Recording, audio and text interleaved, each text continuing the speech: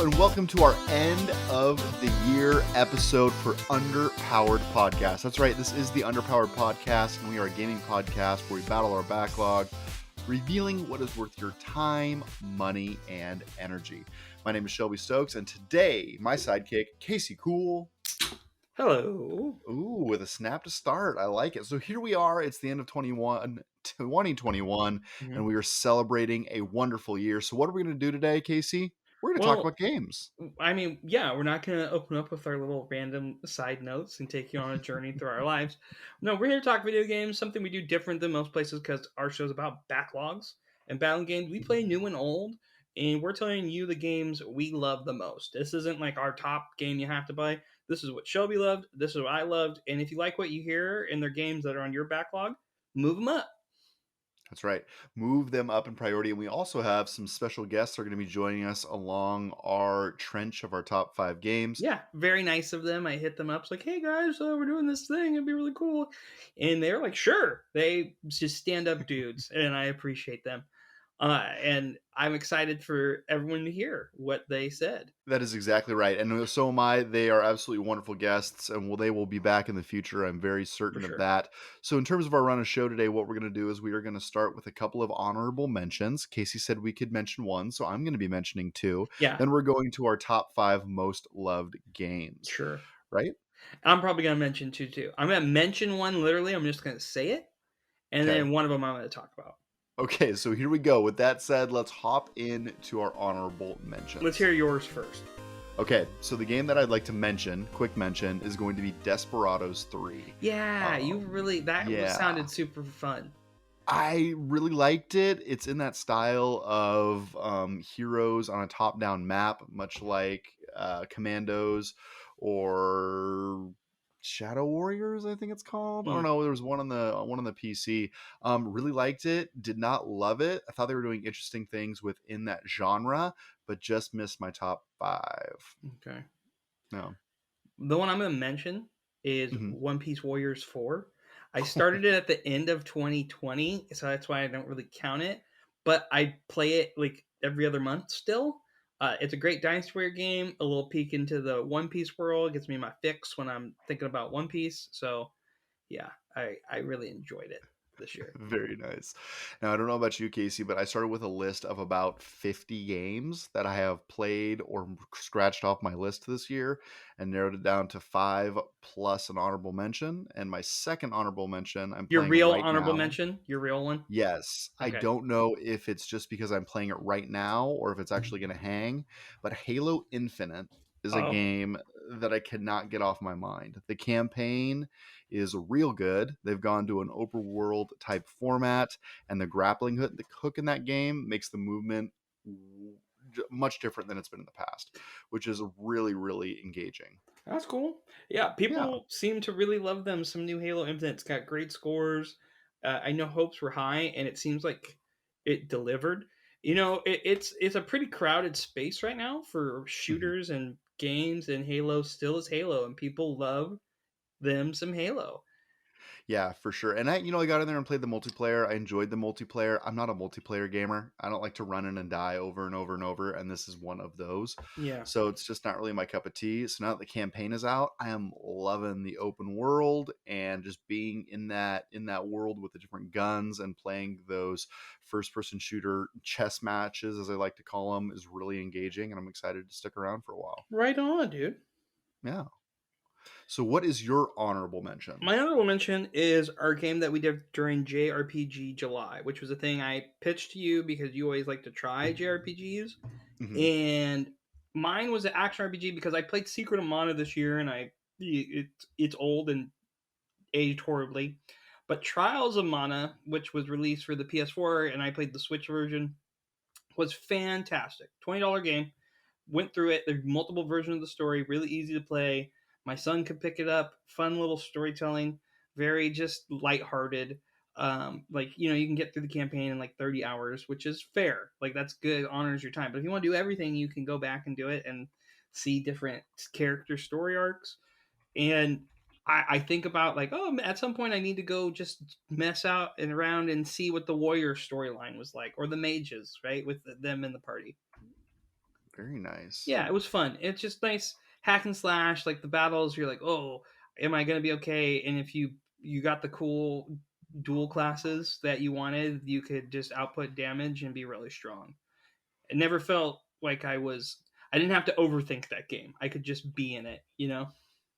Yeah, and sometimes that's the best game, right? You can get in there and kind of veg and just kind Yeah, of grind in a certain direction. exactly. Yeah. Do you think you'll run through it again? At some point, if I'm just like on a plane ride or something, you know, be like, oh, let's fire this up.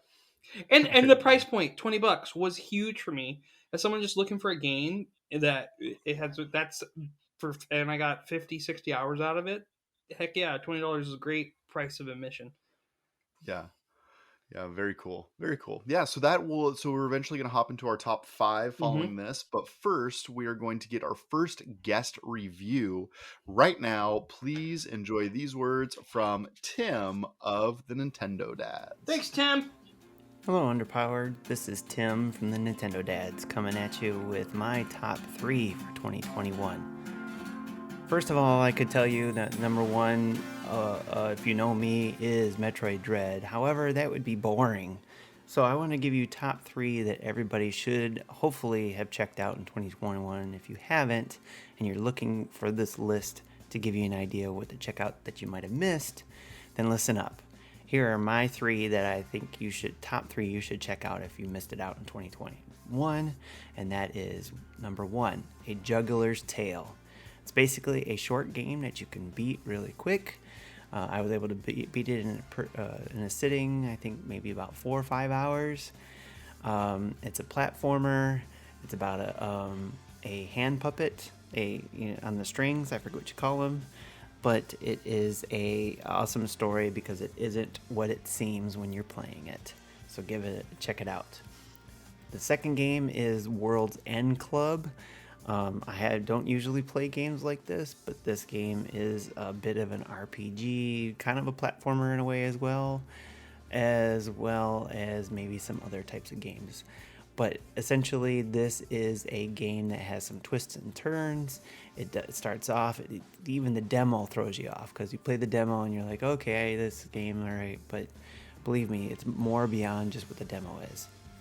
And there's even some time travel in a way, if you will, some timeline changes and all that kind of stuff, which I really dug. And the twists and turns in the story kept me intrigued, and it's one I think you should check out. And then last but not least, out of all of my games that I played this year, is Lost in Random. Another wonderful game by Thunderful Games, I believe.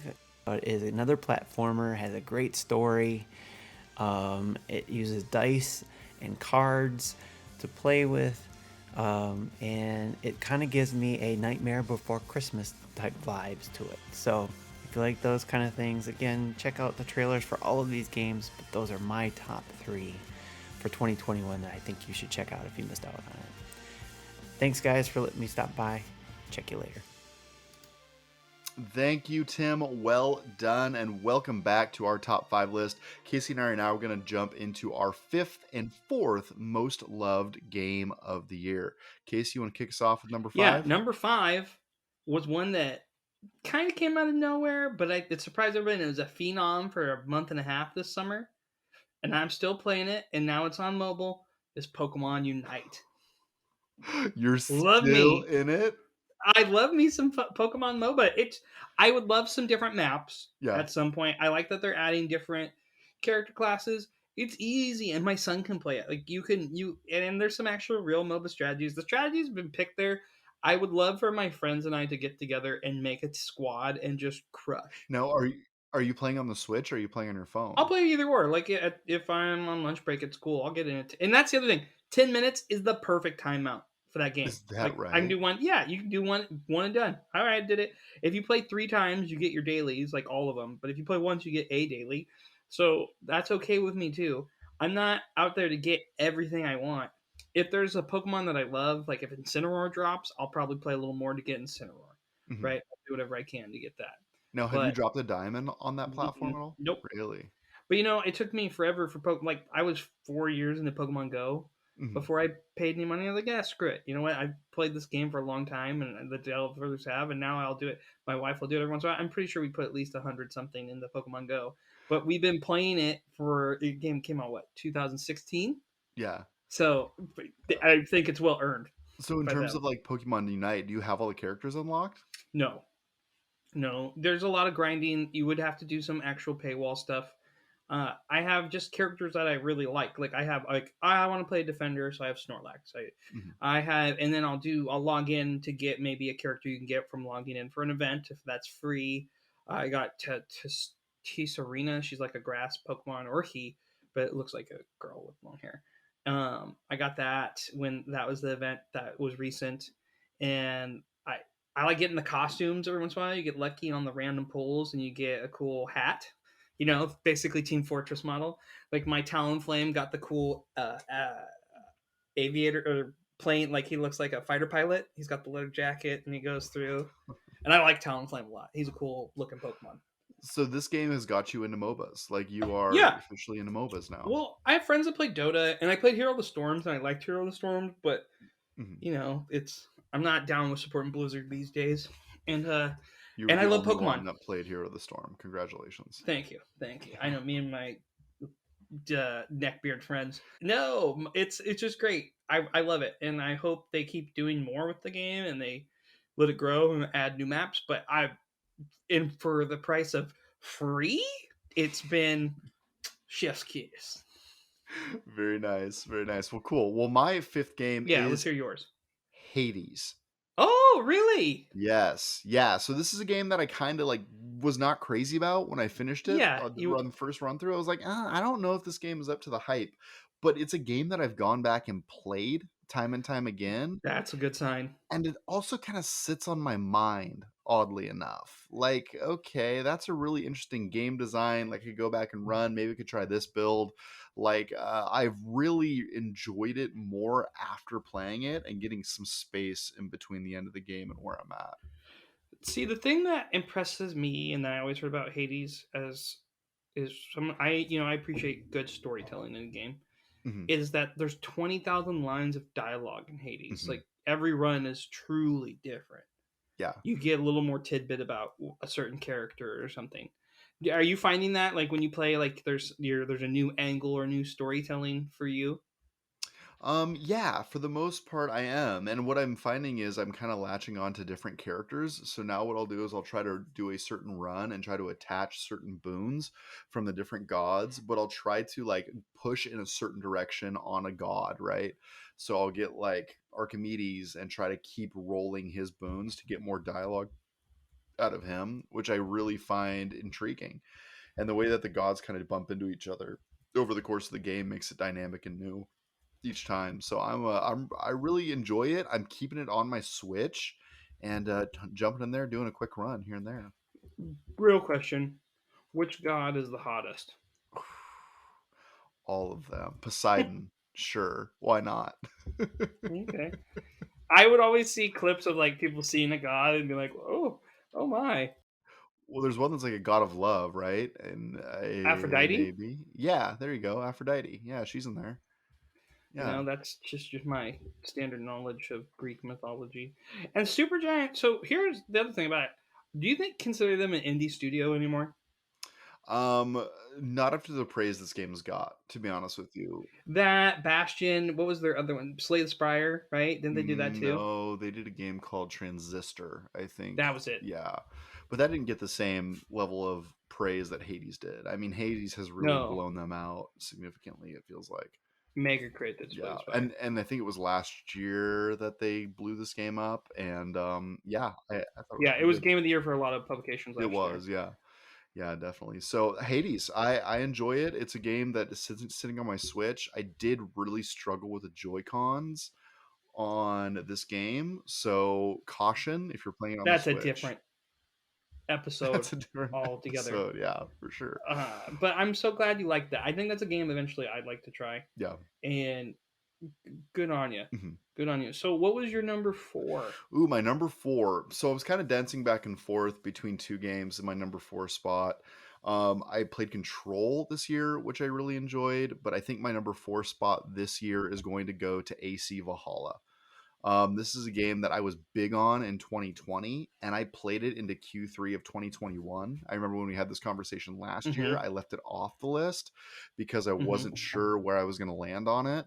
But looking back on that game, it's a ton of gameplay. I think the combat is pretty darn good. It's a long game, so I think it overstays its welcome in spots. But I've talked about that game in nauseum on this podcast. But I really think there's a lot of bang for your buck in AC Valhalla, and a lot of the expansion packs that are coming out right now are also getting a pretty good buzz. So if you're even remotely interested in that game, I would play Nice. through it. Yeah, No. I would like to. I have a hate relationship with Ubisoft, Right. and I hate them. I just don't like what they've done. I can't like.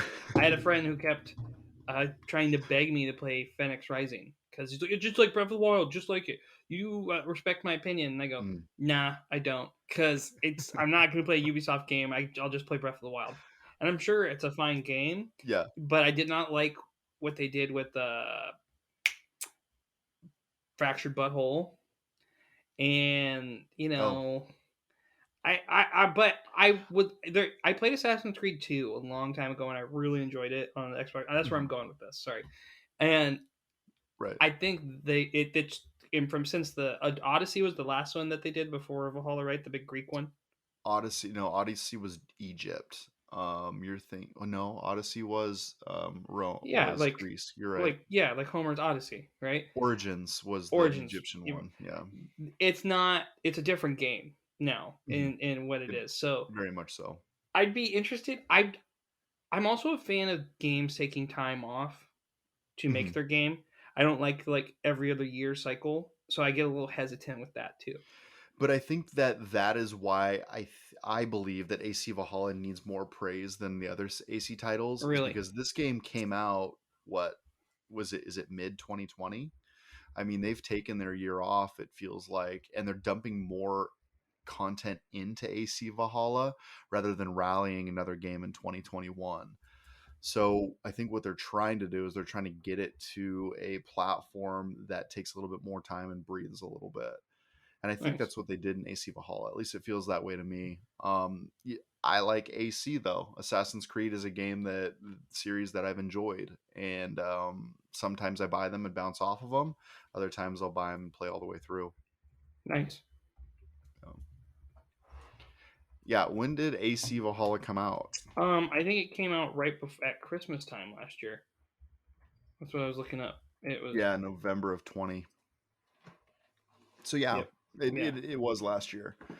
It was last year. That's an oddity for me to kind of play a release game, which is why this game sits in a weird spot for me. I normally am a little bit off. But enough about my game number 4. As I said, Control almost hit that spot, but there's a lot more game in AC Valhalla. But enough about me. What is your number 4 spot, Case? Well, have you ever, like when you find a band you really like, you're like, hey, I need people to listen to this, and you like make your friends sit down, like just listen. Or a movie that you've loved, or a book, and you just like, I have to get someone that I know to do or read or listen or play this so I can talk to them about it or just see it. Mm-hmm. Yeah. That was Katana Zero for me this year. So Katana Zero gave me Celeste vibes with neo-punk samurai feels to it and hyper violence. It's a one more run game, and what how like with Celeste, like it's about the sequence, like, oh, I'm doing this to this to this. There's a puzzle to the action, right? It's not just a puzzle where you have to sit and move the pieces slow. You have to be fast, right? It's this new development in platformers where it's a reaction platformer. Like, how am I going to get through this hallway and stop the security guard from seeing me, setting off his friend to come in with the gun? I'm going to slow down time. It's got some Matrix vibes, too, because you can slow down time and reflect a bullet and one-shot kill. And it does those, like, with Ghost of Tsushima, the, like the sequences where the samurai goes through, right? And you're just awesome. It's just a well-done game. And they were making a DLC, but now they're talking about maybe we're going to call it Katana 02 or 1.5 because it's so big. and they did an announcement like a week or two ago about it, and I will buy that day one. Really? Yeah, it was like a $15 game. Loved it. Replayed it. Had to go to my friend's house, but listen, can I just show you a level of this? He's like, sure. And he's like, oh, that's actually pretty cool, right? Nice. And if anybody wants a cool game with, there's different style runs too, because there's a dialogue tree. You can say something and it can make the sequence really different or in poorly, right? Depending on how you respond to someone in the game. And like there was a scene where someone goes, you get through the building, you kill everybody, right?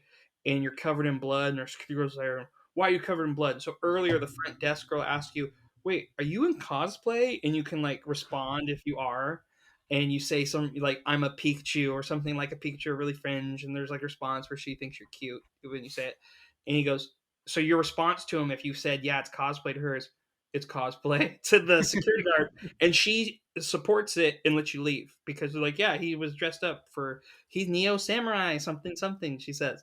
And you walk away, escape free from the building. Or you can kill him. You can fight him, and then it scares her off too, right? So and there's a consequence for that later when you see her again. So there's some payoff for that. And it's really cool. And you can go back and replay levels once you go through them. They're like VHSs where you rewatch things, and it's got this deep twist and turn that I really appreciate to it. That's pretty cool. Is it a long game? No, like I think the main campaign is like 12 hours. Oh wow, okay. Yeah. And actually really maybe 8 if you're good. If you're good, which I've learned that I'm not good. Hey, you're better than you think. You helped me a lot with that Cuphead level that we struggled with. I got through the messenger. So True. that's good. So what was your number 5 game again? My number 5 was Pokemon Unite, and my number 4 was Persona 0, and your number 5 was Hades, and number 4 was Valhalla. AC Valhalla. Yeah. Interesting. Very different sides of the spectrum. Very different. And in fact, it's time for a different perspective. Let's invite another guest in, Casey, shall we? Yeah, let's do it. I would say Dungeons & Dragons is the game I love the most, but it just would always be that every year. So we're going to invite our friend Devin Shula. What up, Underpowered team? Oh my gosh, I hope you're all doing well this holiday season. Devin here from Start Playing Games and Total Party Chill. One of my favorite games this year has got to be Dread. And Dread is not a new game, but Dread is it's rules for like a horror-themed tabletop role-playing game. And it uses a Jenga tower. And if you want to do anything in the game narratively, you have to take 1 to however many blocks the gamekeeper decides. And it really does create a sense of tension. And if you knock over the tower, your character dies. That was probably one of the funnest games I played this year. Of course, Miles Morales Spider-Man, I loved that. I played through that a ton. That definitely is going to, anything Spider-Man I'm probably going to play. Pico Park. Oh my god, Pico Park on the Switch. That game, I played it with a bunch of friends, and we were in tears. Oh my gosh, that was so much fun. Pico Park, I would definitely recommend as a fun party game. It's kind of like you all have to work together. You're all like tethered. I'm probably not selling it the way it should be sold, but Pico Park was so much fun that I loved this year. It's called Mouse Cup, and it's this game I found in Japantown here in San Francisco.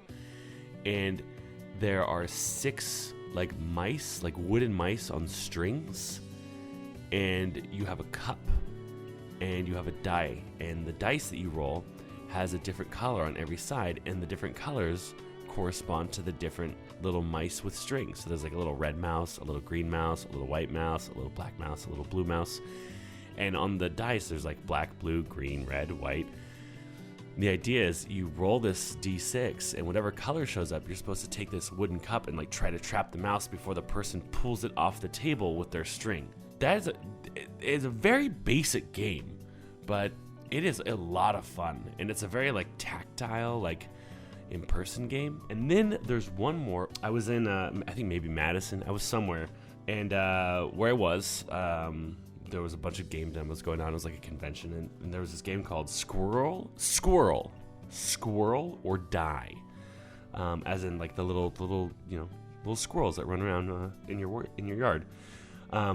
and it's a very simple like card game. You have to like remember where not monsters, but like prey are, and like where the what does squirrels eat? Let me read the back of it. In Scroll or Die, you are a critter trying to outlast your opponents in the ultimate test of backyard survival. Quick, brutal, and fun. A great game on the go. And this game like fits in my hand. It's like a pack of cards. But that was a really, really fun game, and I've played that a bunch because it's really simple. That's my list. I'm Devin from Total Party Chill and StartPlaying.games, and these are my top 5 games that I played this past year. I can't wait to hear yours. Hey, the whole Underpowered team, thank you so much. It was a total blasting out with you. Until we actually get to sit down and play some games, maybe you can show me a thing or two. Thanks so much, team. Be well. Thank you, Devin. That was good picks. Definitely. All right, so Casey, now we are on to our number 3 and number 2 picks of 2021. Why don't you take it away with number 3? Number 3, it's Mario 3D World. Oh, really? Yeah, I love that game. I loved it on Wii U. I love that more people get to play it on Switch. It is the perfect evolution of Mario Brothers 2 or Doki Doki Panic into a 3D world. It's a nice mix of co-op play of a Mario and a mini open world aspect to it. But then they add that Bowser's Fury campaign where it's just an open water park and little puzzles come up, and I think they're trying to hint at maybe where Mario games are going to go next, right? Like, Are they going to Breath of the Wild Mario, which would be rad? And I'm here for it. Sign me up. I want more Bowser's Fury. But I like that I could play with my wife, my son, and we could all just enjoy and work together on a common goal. It's a nice tight game. It's so good you want more. Gotcha. And it's also the game that introduced Captain Toad for people that love Captain Toad and why Captain Toad got a mini game, because there's mini levels with Captain Toad, Treasure Tracker Extraordinaire. And I was talking about it with our rating system. I was like, I almost wanted to give it 5 hearts because of how it made me feel. Like, I will go back and play it. It's a 4.5 heart for me last year. I absolutely love it. Buy it at any price. But I think it's a must-own game on the Switch. And if you're a Mario fan, it should be in your top 5.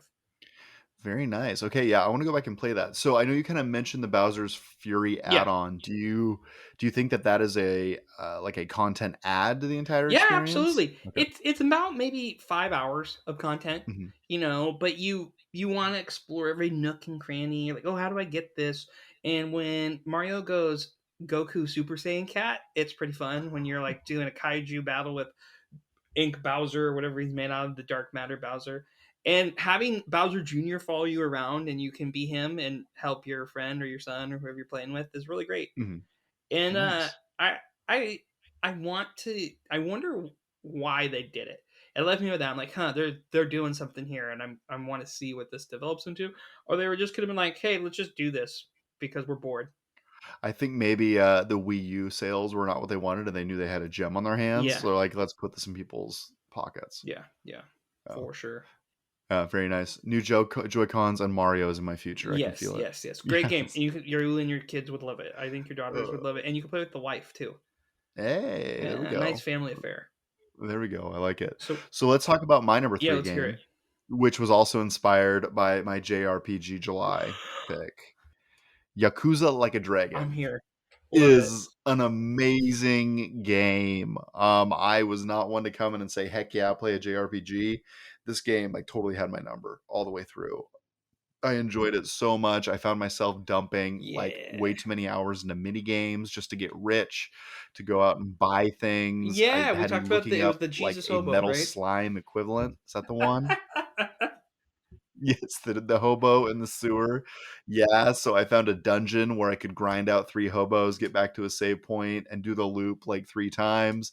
And then I was at level for where I needed to go. So, I mean, those JRPG trappings, though some of them felt a little rote, it's what the you entire love about package them, is great. I found this random guy that gave me 7 levels. And there's a way I can sequence, you can game the system. The game wants you to hunt for it, so you can figure out how to game that because it gives you more time in their system, and they're like, oh yeah, you appreciate what the developers did for those that are out there grinding. Yeah.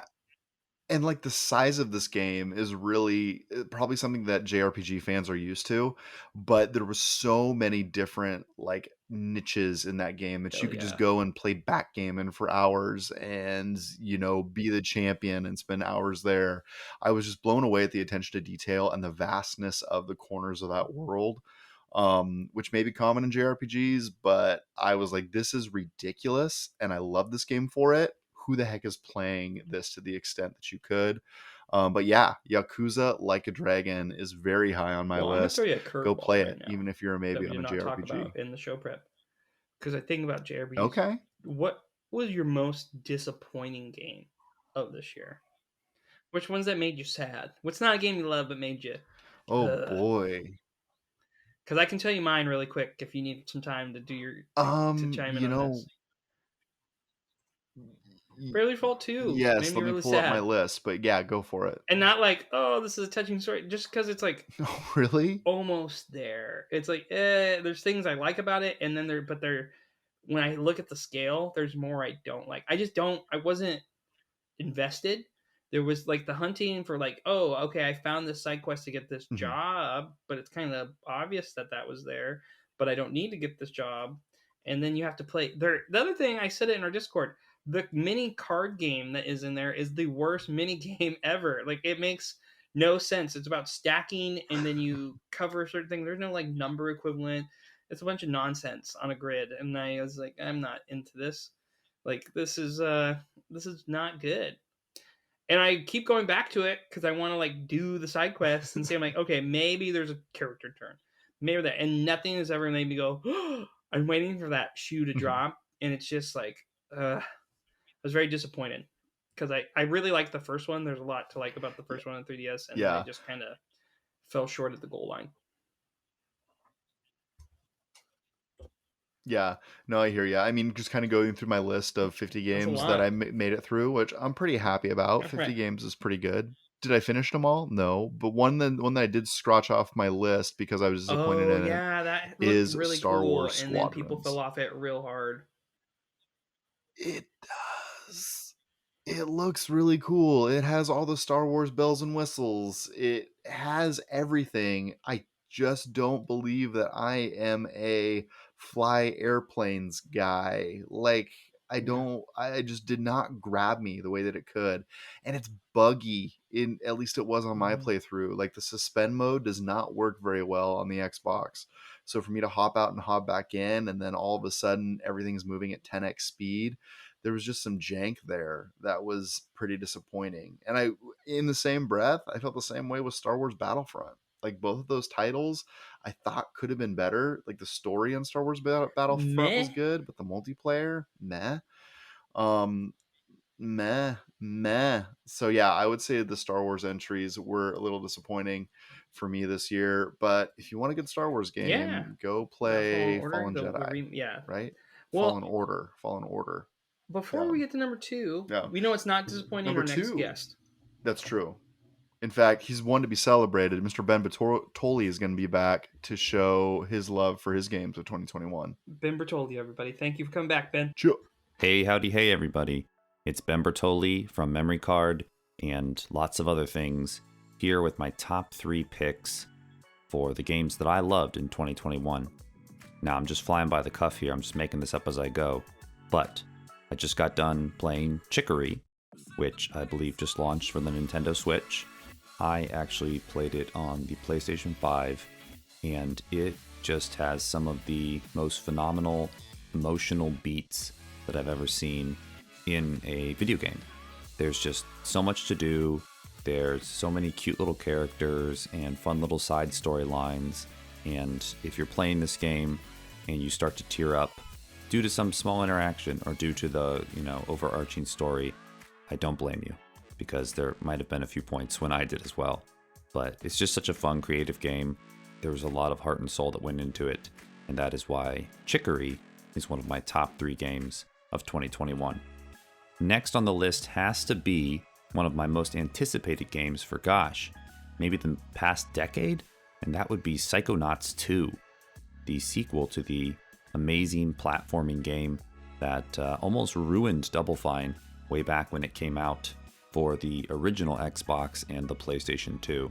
Like I said, I've been waiting on this game a long time, and it did not disappoint It is another game with some seriously well-written dialogue, some awesome emotional connections between characters. It's legitimately funny. It's one of the best 3D platformers that I've played in the last decade, maybe since the last Psychonauts. Everything is just on point for this game. The voice acting, the length, the different powers and power-ups, all the collectibles that you can get if you want to go out of your way, and you know I do. Psychonauts 2 lived up to the hype for me, which was a big deal because I've been a huge fan of the series for so long. So here's hoping there's a Psychonauts 3. Last on my very short list would have to be Death's Door, which was honestly a game that kind of caught me by surprise.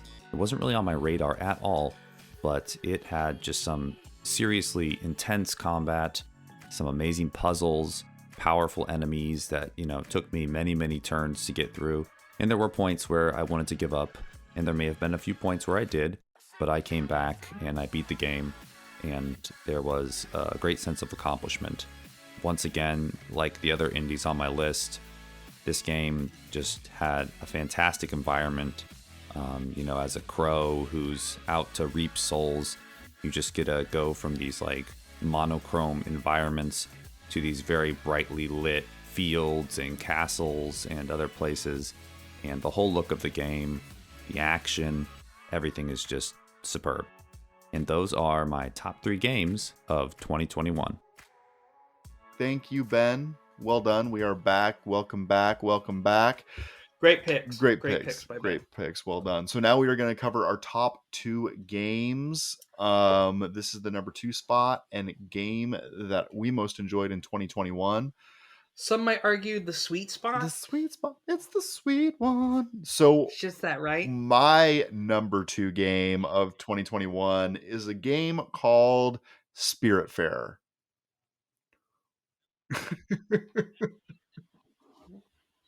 Nice. Okay. That's a game that I took off my wish list because you played it, but I did, think yep. when I get an Xbox, for sure. You played it on Game Pass. One day. Spiritfarer is just a really cool game. Like, it has just enough of that farm simulator for me to keep me engaged, yet has you jumping all over the map. So it seems like everything is new. Because one thing that I would get frustrated when doing like a Stardew or something of that nature is just like, oh, this farm, okay, whatever.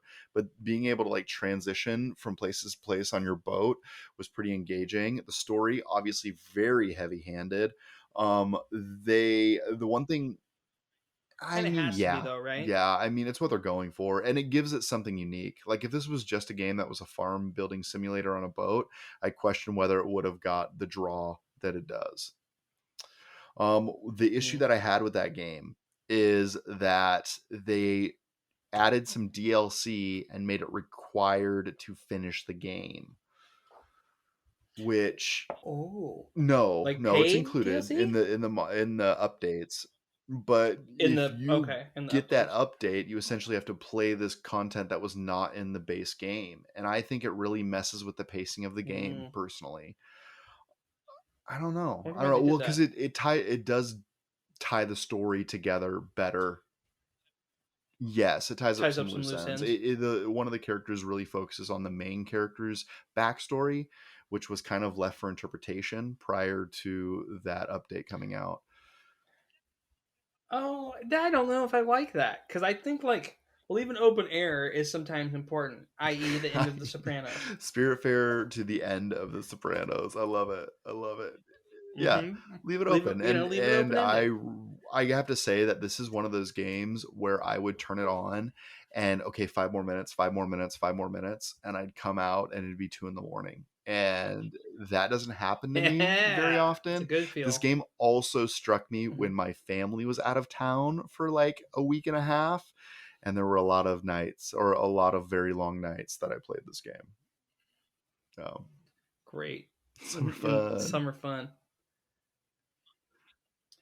And it's a really sad game too, right? Mean, like definitely. It's about death and grappling with death and different individuals, kind of coming to their ultimate demise. And I think that it was very heavy early in the game, and as you kind of become not desensitized to it, but accustomed with the communication of the game, Yeah, accepting it of death. becomes a Yeah. lot more palatable.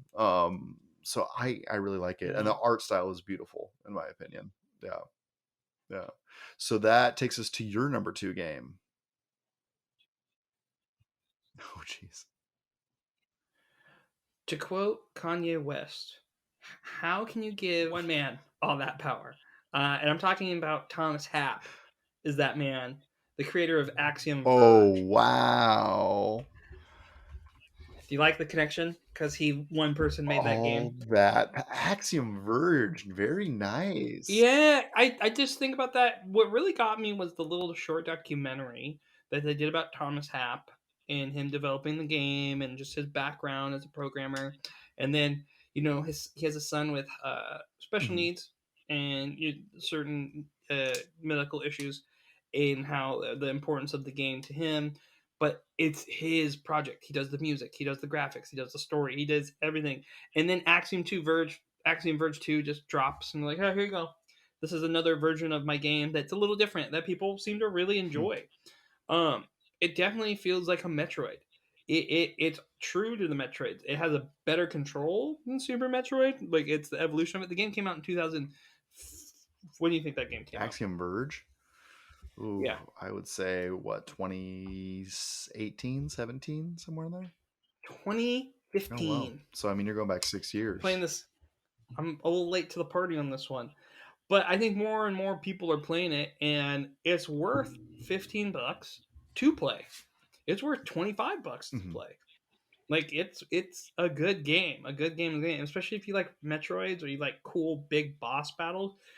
And it's got this weird dystopian. I had Neo Dystopian Samurai as a theme for my 4th game. My 2nd theme is space dystopian, nuclear holocaust dimensions.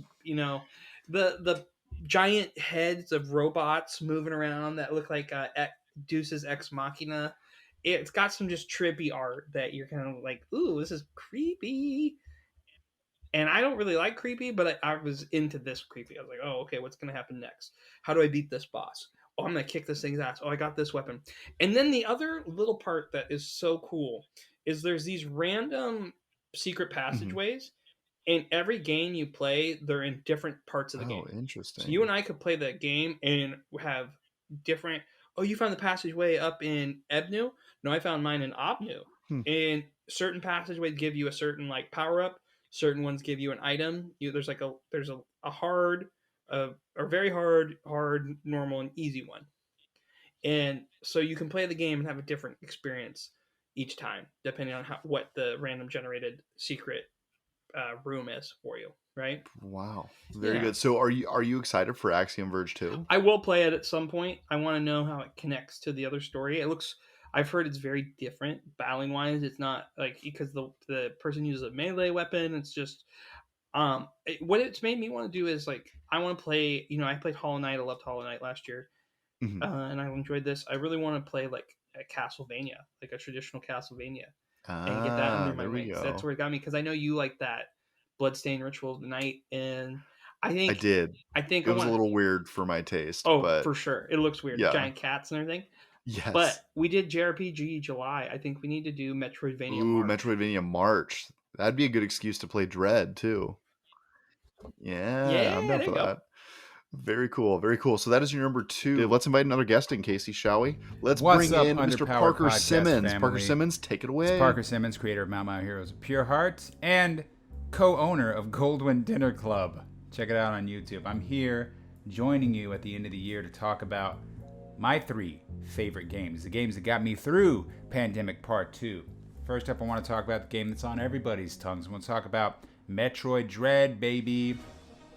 I think I mentioned it maybe on my last appearance, but my wife is a massive fan of Metroid, and of course, by extension, I love it too. But this game surprised the hell out of me with its, deep exploration, the sequence breaking, some truly shocking surprises, and an amazing payoff to the Metroid saga as it currently stands. I've played it twice now. I enjoyed it both times. Even more so on the second playthrough. Like, just wonderful. Pick it up. Do yourself a favor. Don't learn anything about it. Just check it out. Play Metroid Dread. Next up on the list, Shin Megami Tensei 5 just came out. Yes, I realize maybe I should slow down, but hey, if the Game Awards can give players choice to Halo Infinite the day it comes out, I could talk about Shin Megami Tensei 5. I'm about good 20, 30 hours in, and I just knew I wanted to play it without spoiling anything for myself, and I gotta tell you, I was truly surprised at the open world format, at its pacing, at its approach, at the way that fusing works now, where you can really fine-tune your demons. A lot of people out there constantly complain about, Pokemon hasn't grown up with them. Well, guess what? Shin Megami Tensei, it's right over there. That's your game. Pokemon... Shin Megami... Shin Megami Tensei 5, right over there on your Switch. Pick it up. You're done with If you've outgrown Pokemon, that's cool. Go over here and try this. This is what you're looking for. Deeper mechanics, more meaningful story, kind of. And, maybe more what you're looking for in terms of exploration and puzzle solving with your demons/monsters. Have some fun. Check it out. Wild stuff. And, of course, last but not least, the latest entry in the Ys saga from Falcom, Ys 9. Does it run a little clunkier on the Switch where I played it? Yes, but I just cannot play an RPG on anything but a portable console, so that's how I did it. But I will say, again, latest entry in Adol's saga, all three of these long-running franchises, but so good. Wonderful dungeon design. Falcom is a scrappy developer, and they've been around a long time, but they're still not exactly huge. Their games... The scope of their games you think would require, bigger teams, bigger splashier budgets, but they do so much with so little. It's like going to, a tiny hole-in-the-wall taqueria in, just about anywhere in Southern California and being like, this will be all right. You pay $2, you have the best burrito of your life. That's Ys 9. Check it out. Action-adventure flavor. Wonderful, J-rock music stylings. Falcom music team will blow you away just like they always do. So those are my top 3 of the year. Metroid Dread, Shin Megami Tensei 5, Ys 9. Check them out. I just realized Metroid Dread is also the 5th Metroid. So the 5th Metroid, the 5th Shin Megami Tensei, the 9th Ys. Honorable mentions, because there's just so many good games this year. ActRaiser Renaissance, the remake of both of these are remakes. That's why they're an honorable mention. ActRaiser Renaissance, a remake of ActRaiser from the SNES. Yuzo Koshiro, composer, returns to update the soundtrack. The game has been completely revamped. It's almost like a redo more than a remake. And I know there's some fans who are upset that it isn't quite one-to-one or that some of the nuance has gone here or there, but I gotta tell you, I picked this up on a whim purely just because I'm like, I want that musical goodness. It's amazing. It's a wonderful redo, and I think fans who are maybe upset that it isn't one-to-one can continue to play the original and play this for a slightly different flavor. Pick it up, ActRaiser Renaissance. You can't go wrong for a little RTS flavor. And then, of course, my last one here for honorable mention, Bowser's Fury, baby.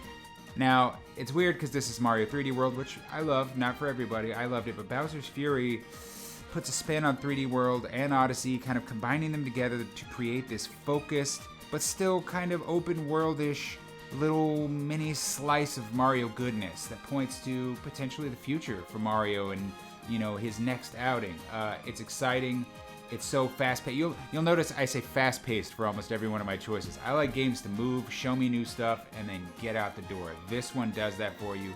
It's super tight. The music is infectious. It's a joyous experience. Man, if you're sitting there at the end of the year looking at the barrel of a grim holiday, Bowser's Fury is going to make you smile. Get it.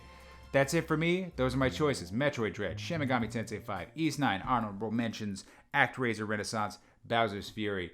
Thank you for having me on. It's been a great year with the Underpowered podcast family. Happy holidays, everybody. Stay safe.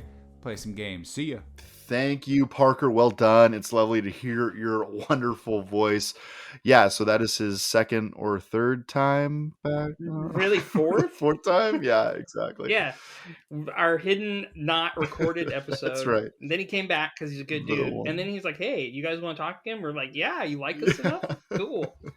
Very So cool. it's Yeah, nice. very Yeah, neat. he's a good dude. Definitely. All right, so Casey, now we're going to jump into our top game of the year. So Casey, do you want to run through your top 5?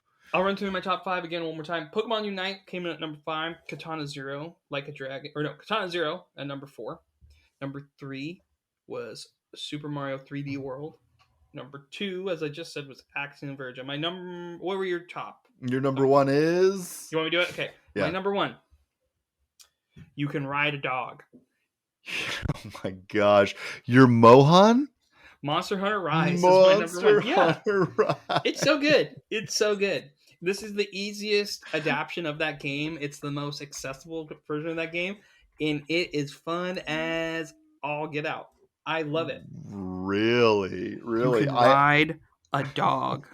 Is that a shoo-in for game of the year? should be the catch tag.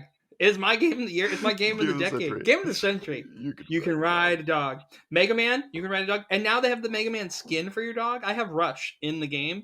So wait, Checkmate, wasn't done. that a pre-order bonus though? Can you still get the dog? The Golden Retriever one was, which I have.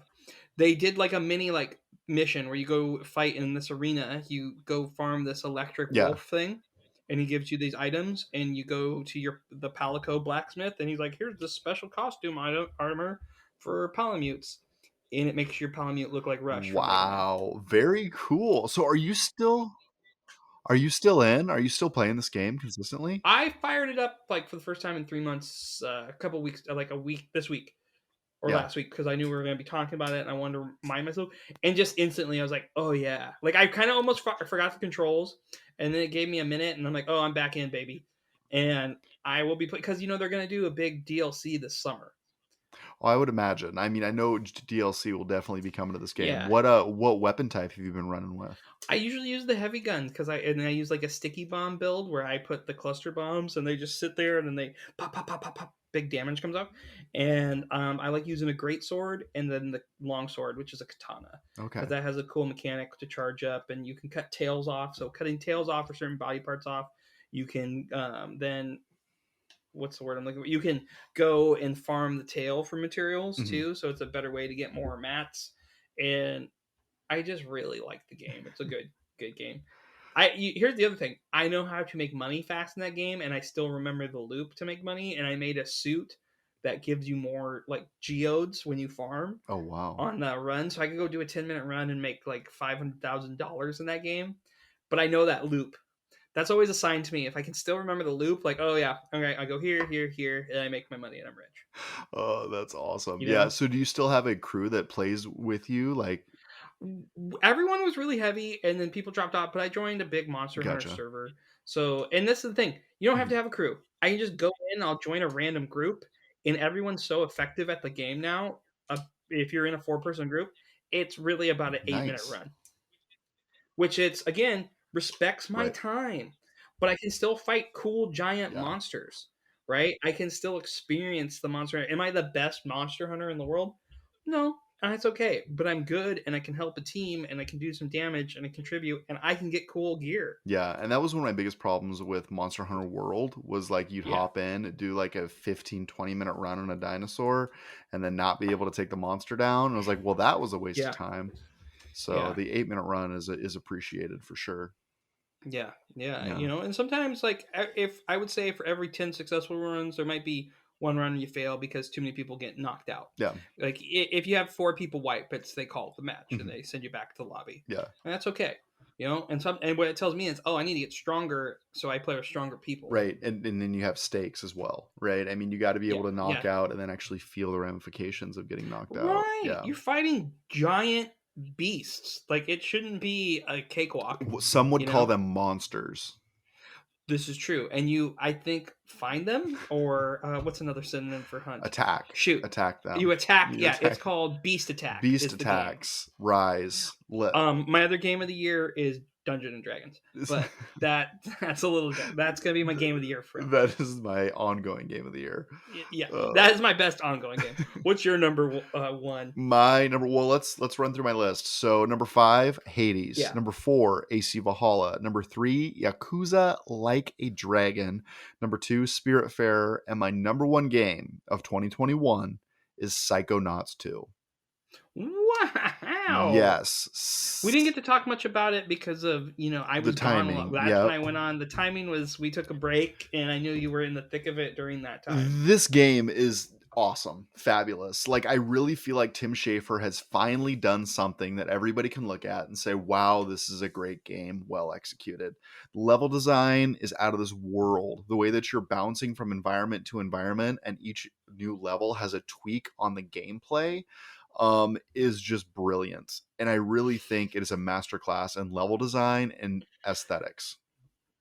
I really do. So, how long was it, the break between the Psychonauts? Ooh, a long time. I think it's like 10 or 15 years.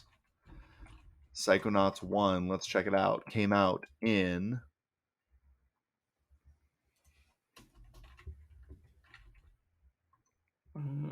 Yeah.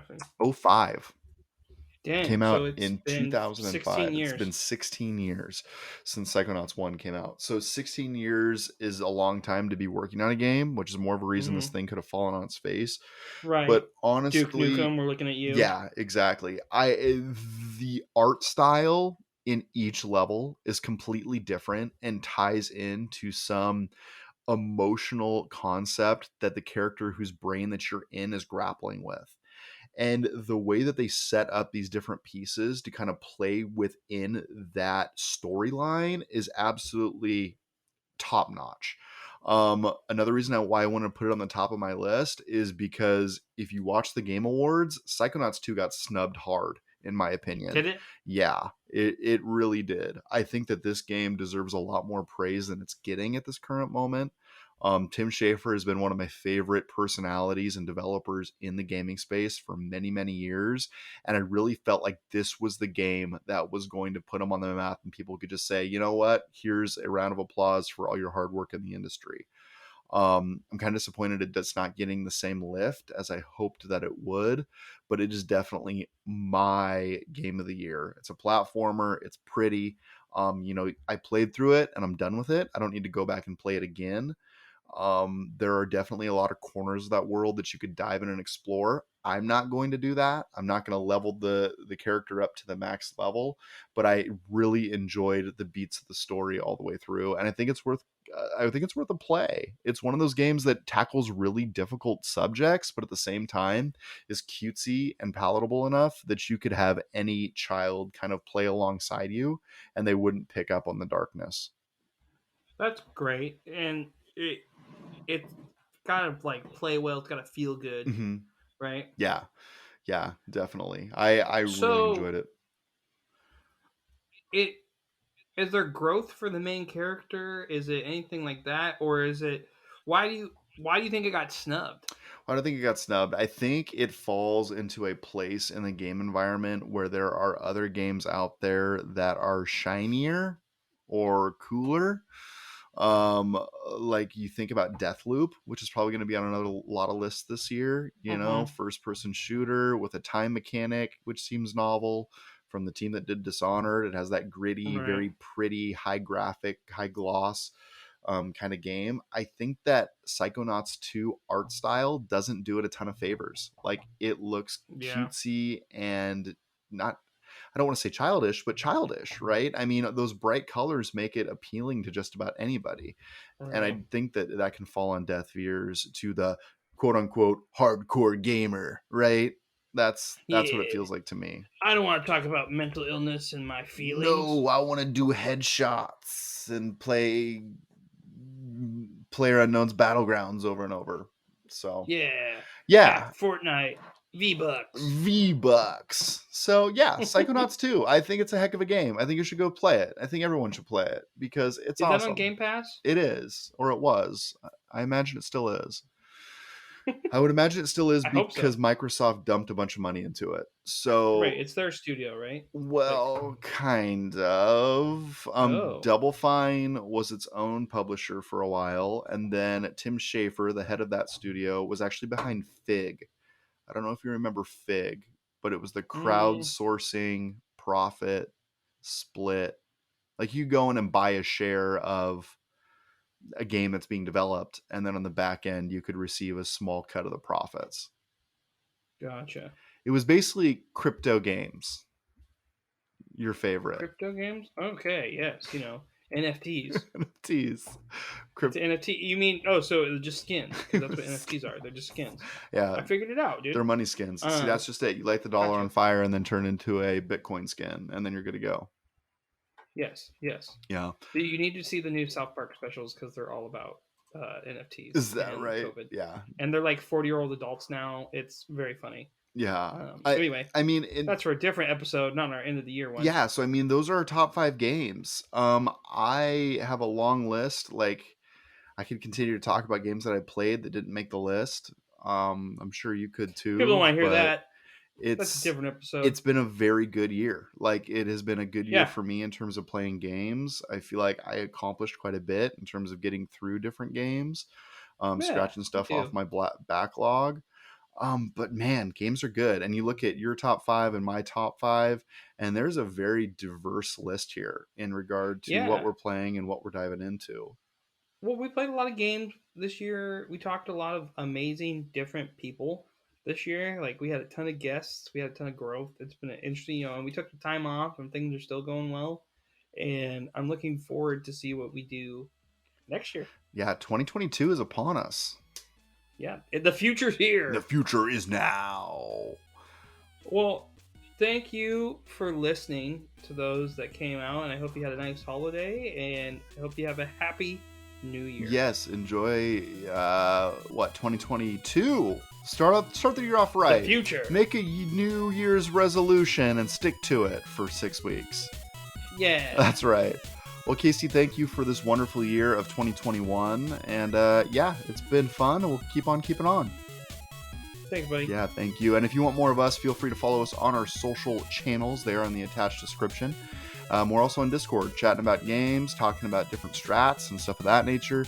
If you have not left us a review, please do. 5 stars if you would be so kind. That is a wrap for this year. We are out. Play your game.